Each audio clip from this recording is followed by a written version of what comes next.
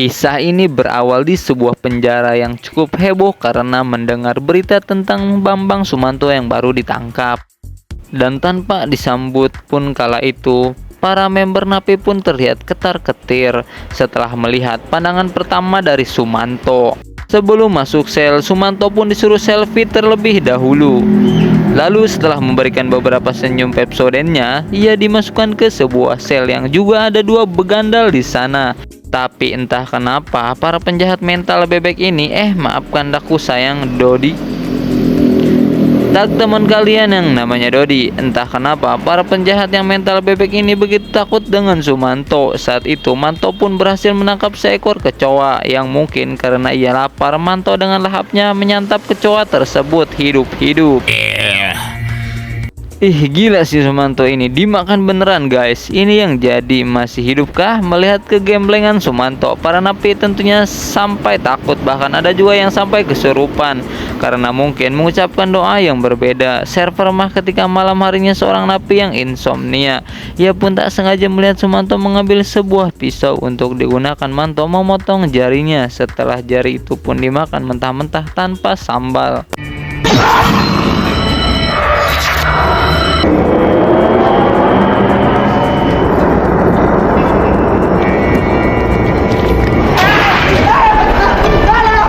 Tapi ternyata itu hanyalah sebuah khayalan dari napi ia karena saking takutnya dengan Bang Manto. Emang Bang Manto udah kayak Itachi guys, sekali tatap kayak Genjutsu langsung. Kemudian di pagi harinya ada seorang wartawan bernama Tuti yang berniat mewawancarai Bang Manto. Tapi baru aja ketemu Tuti sudah terkena sesak napas karena baru kali ini ia mewawancarai seorang kanibalisme. Mbaknya cari ini, Mbak.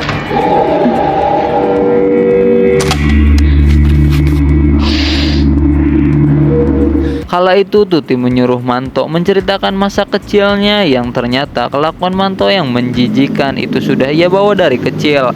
Karena di saat ia sedang adu jangkrik, biar jangkrik kawannya si Manto malah memakan jangkrik temannya hidup-hidup. Gila. Dan karena perbuatannya, temannya bersama satu skuadnya pun langsung mengeroyok si Manto. Hei! Hei! Ajak kayak gue! Sejak Manto dewasa, ia tetap saja dimusuhi oleh temannya sewaktu kecil bernama Wahyu. Terlebih lagi, Manto berhasil mendapatkan gadis dedemenan Wahyu yang tentunya membuat luka hati Wahyu sangat perih. Nah, Wahyu secara laki datang menghampiri Manto dan menantangnya bertumbuk dengan tangan kosong. Kala itu karena Manto kalah orang, tentunya ia harus babak belur delete game dan akibatnya pengeroyokan demi pengeroyokan dialami Manto membuatnya memutuskan untuk mencari ilmu kanuragan agar suatu hari jika dikeroyok lagi Manto bisa melawan balik dan menggedek satu persatu para begundal tersebut. Buset, editannya kayak Indosiar guys. Ketika bertapa, Manto pun mendapatkan mukjizat dari air terjun karena akibat kegigihannya dalam menjalani tapa, ia sampai dikunjungi oleh para bidadari yang terbang melayang layaknya tak ada beban.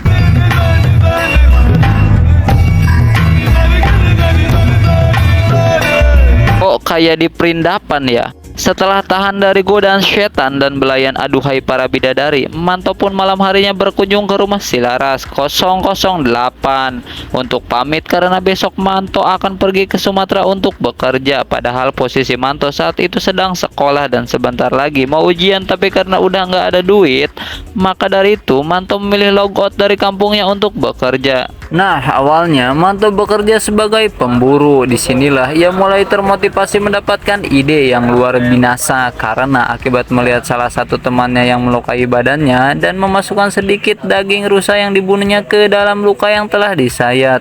Karena kata temannya, ini adalah satu cara agar jiwa rusa yang mati bisa menyatu dengan jiwa kita, katanya. Saat itu giliran Sumanto yang disayat oleh begundal ini, tapi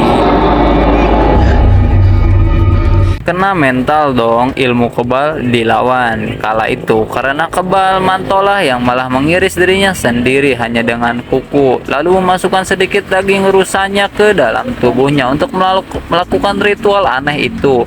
Manto diajak bergoyang dumang oleh para LC zaman Belanda ini. Namun karena Bang Manto imannya setebal darah Selos, ia sama sekali tak tergoda oleh begundal ini, padahal udah rela-relain buka pakaian si Manto. Karena ternyata syarat ilmu kanuragan yang dipelajari Manto adalah salah satunya dilarang bermantap-mantap dengan cewek micet. Hindari molimo, madat, minuman keras.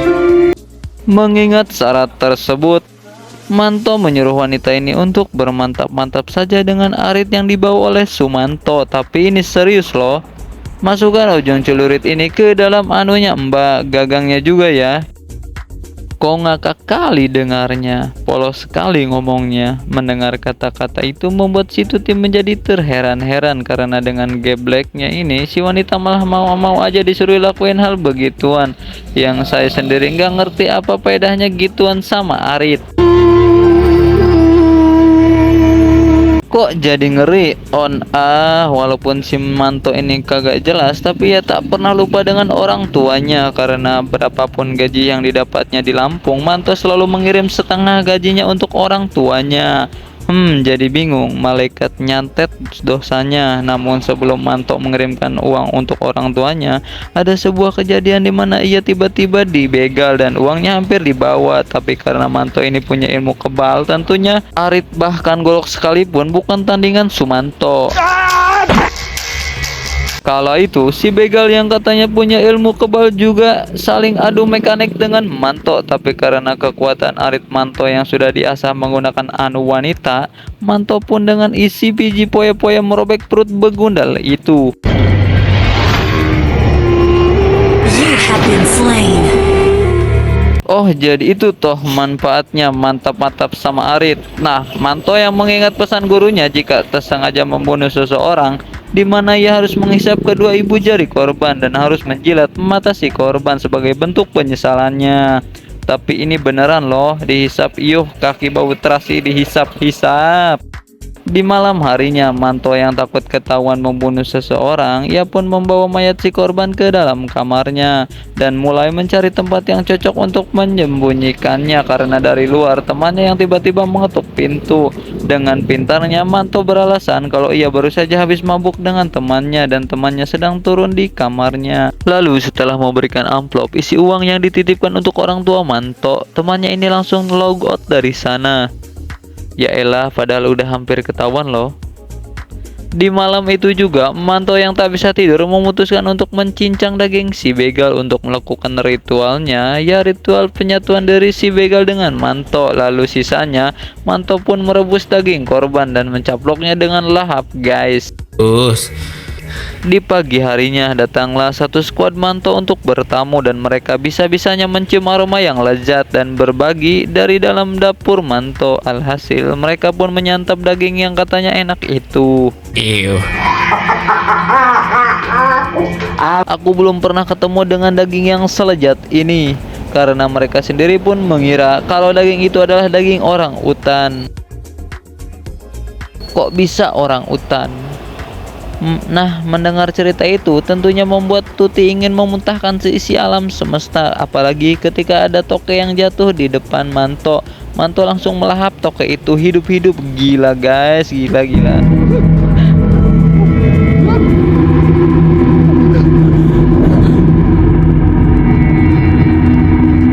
Bikin jijik loh liatnya guys, ngeri. Salut setelah merasakan rasa-rasa kenikmatan daging orang, ketika semantong arit ia pun menemukan sepasang kaki manusia bekas korban pembegalan. Kalau kamu aku kubur, lebih baik kamu aku makan.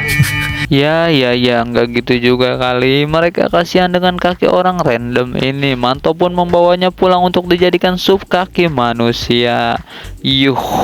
Hari demi hari pun, karena udah terpikat dengan rasa manusia, Manto pun mulai memberanikan diri menggali kuburan orang untuk dijadikan santapan makan malamnya. Nah, singkat cerita, setelah sekian lama merantau, akhirnya Manto kembali lagi ke kampung halamannya. Namun baru aja balik, hati Manto serasa ingin resign dari kehidupannya karena melihat ayang Manto yaitu Rasmini telah mantap-mantap dengan orang lain sampai memiliki anak. Dan suami Rasmini adalah Wahyu, orang yang dulu sering menggedak-gedak Manto hingga Manto belajar ilmu kanuragan. Akibat sakit hati itu, Manto pun hampir menjadi sad boy yang setiap malam merenung memikirkan ayang bebnya. Kapan kira-kira ia menjanda, gitulah kata-katanya. Kapan ya jadi randa? Keesokan harinya, Manto yang ingin menemui Rasmini dari luar baru aja melakukan kegiatan tatap-tatapan ala-ala sinetron. Namun Rasmini malah cuek dan masuk ke dalam rumah. Sombong amat. Ketika malam tiba, Manto menemukan rumahnya yang tiba-tiba digembok karena ternyata orang tuanya mendapatkan tawaran kerja di Sumatera tanpa memberitahu Manto terlebih dahulu. Bisa-bisanya lupa anak. Di malam itu juga, Manto berusaha menghibur dirinya dengan bermain kakek Zeus offline. Lalu karena nomornya tidak tembus, Manto mendapatkan saran dari bapak ini, kalau mau menang, lakukan ritual tidur di kuburan. Tapi ini Manto mungkin kelewat cerdasnya karena daripada tidur dengan kuburan, lebih baik tulang benulangnya dibawa ke rumah lalu ditaruh di bawah bantal dan juga kasurnya. Emang ya IQ Manto itu melebihi Albert Einstein. Hari demi hari tindakan Sumanto pun mulai menjadi-jadi, mulai dari menjual rumah orang tuanya dan seluruh perabotannya. Bahkan mungkin Manto sekarang sudah berada di puncak rantai makanan karena bisa-bisanya Manto menangkap seekor ular lalu mencaplok ular tersebut hidup-hidup. Sumpah ini sih auto pengen muntah, gila edan. Si Suman kemplung ya. Nah, beberapa tahun kemudian Manto pun mulai menyadari kalau sekarang ia dijauhi oleh para warga di kampungnya. Jadinya ia memutuskan untuk kembali merantau ke Lampung. Namun ternyata Manto bukan hanya memulai hidup baru di sana, tapi ia juga memiliki kegiatan baru, di mana tiap malamnya Manto selalu men-unboxing makam warga yang baru aja terkena azab, lalu membawa jenazah itu ke kamarnya untuk menjadi menu makan malamnya. Nah, kembali lagi ke penjara. Kala itu, Tuti mendapatkan laporan kalau ada sebuah makam yang digali, tapi kali ini jelas bukan ulah Sumanto karena sekarang ia sudah di penjara. Saat itu Tuti menanyakan ke Sumanto apakah ada orang lain yang juga memiliki jiwa kreatif menggali makam seperti Babang Manto. Lalu Manto tak sengaja keceplosan menyebut nama gurunya yaitu Kisirat, yang tentunya membuat Tuti menyepam berbagai pertanyaan. Merasa disepam pertanyaan oleh Tuti, Manto pun mulai kesal dan saat ada kesempatan, si Manto seperti ingin menggigit leher Tuti. Tapi beruntung kejadian itu segera dihentikan oleh polisi. Halo dek, kala itu karena kurang cukup informasi yang didapatinya, Tuti beralih bertamu ke tempat tinggal orang tua Sumanto. Di mana kala itu ibu Manto bercerita kalau Manto itu orang yang gendeng dan kurang digede kepalanya karena di masa lalu Manto hampir membunuh ibunya akibat sang ibu tak membelikannya Vespa Matic. Jadi ceritanya saat Manto pulang dari goes, ia tiba-tiba minta dibelikan motor ke ibunya. Namun karena ibunya menolak, Manto bukannya menendang pintu, tapi malah langsung mengambil parang dan ingin menggerek leher ibunya. Gila, beruntung bapak Manto yang lagi latihan Ninja Warrior segera turun dan berusaha menyadarkan anaknya yang otaknya kemana kala itu. Tamat sekali ya. Cie nangis, nendang pintu dong, kayak anak zaman sekarang. Setelah mendengar cerita itu, Tuti melanjutkan perjalanannya untuk mencoba mencari tahu siapa itu Kisirat. Lalu setibanya di kantor, ia ditemui oleh seorang pria bernama Burhan yang mengaku kalau ia tahu siapa itu Kisirat. Tapi sebaiknya kita tidak bicara di sini, Mbak. Saat itu Burhan pun mengajak Tuti ke Oyo jalan-jalan, dan dalam perjalanannya Tuti pun bercerita kalau kata Sumanto Kisirat itu seperti doble asli dua orang karena ia kadang baik dan kadang jahat. Jadi ceritanya dulu ketika ada perampokan, Manto berusaha menghentikan perampok sampai saling bertumbuk, tapi si perampok yang tetap lolos. Lalu dari kejauhan sang guru merapal mantra-mantra yang seketika membuat si perampok ini seperti terkena stroke. Setelah berhasil mendapatkan barang yang dirampas, gurunya pun menyuruh Manto mengembalikan barang tersebut. Sedangkan nasib si perampok begitu naas karena harus dibakar hidup-hidup. Gila, sadis banget orang-orang dulu ya. Kemudian ketika malam harinya, guru Manto memberi trik ke Manto tutorial agar cepat kaya. Ia lalu membawa Manto ke sebuah base campnya berisi banyak sekali tulang benulang manusia.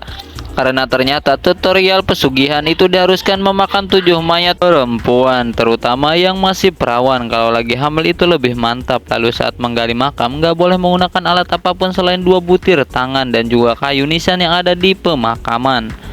Mendengar cerita itu, si Burhan langsung menggedak si Tuti hingga tershotgunkan, lalu membawanya ke suatu tempat. Nah, ketika Tuti sadar, ia pun sudah berada di tempat ritual Kisirat. Karena ternyata begundal Burhan ini adalah Kisirat. Wow, sungguh plot twist. Saat itu, Kisirat memberitahu kalau Tuti akan menjadi korban ritual terakhirnya untuk mencapai kesuksesannya. Ia juga memberitahu kalau dia sendirilah yang membongkar kuburan yang sempat viral dan FYP itu sebagai korban keenamnya yang disantap mentah-mentah. Gila. Setelah itu, Kisirat mencoba menggrepe-grepe Tuti untuk melihat apa Tuti masih perawan, dan saat ada kesempatan, Tuti langsung menggedak Kisirat lalu mencoba mempertahankan dirinya. Tapi setelah mengetahui kalau korban terakhir harus dimusik secara langsung oleh Kisirat, Tuti yang memiliki IQ setara Ferdi Sameh Albert Einstein, ia langsung menusukkan dirinya dengan sebuah tulang. Mungkin saya akan mati, tapi saya tidak sudi jadi korban ilmu gila kamu.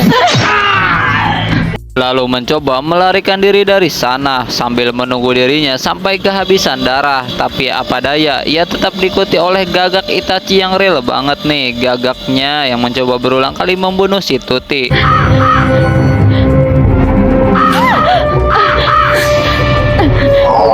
Dengan penuh perjuangan seperti partai, Tuti pun berusaha sembunyi di balik kegelapan. Tapi tetap saja seberapa jauh pun Tuti melangkah, Kisirat tetap saja menemukannya dengan gagak Itachi miliknya.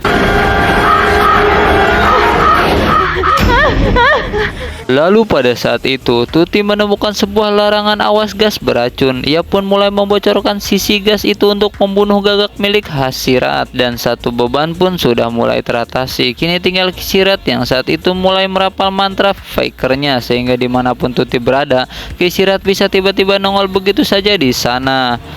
Dan ya, karena sudah tak memiliki cara lain daripada menjadi tumbal, Tuti pun memutuskan lompat dari sana hingga ia pun harus melarikan diri ke rumah sakit. Gua nggak mati. Nah, usut punya usut, ternyata selama ini Sumanto lah yang memberitahu trik agar berhasil mengalahkan Kisirat. Mulai dari cara agar ilmunya luntur, yaitu dengan bunuh diri, sampai ketika Manto ingin menggigit Tuti itu, sebenarnya Manto hanya ingin memberitahu lokasi Kisirat berada dan pantangan-pantangan apa yang bisa membuat ilmu Kisirat luntur seketika. Tapi sayangnya karena Tuti ini berhasil selamat, artinya ilmu Kisirat belum luntur. Dan benar saja, ketika malam harinya Tuti didatangi oleh Kisirat lalu mulai meneror Tuti setiap hari. Dan katanya film ini berdasarkan kisah nyata yang diambil langsung dari kisah hidup Sumanto. Jadi buat kalian yang lagi merantau, terutama wanita, nah awas tuh dimakan Sumanto nanti. Hahaha.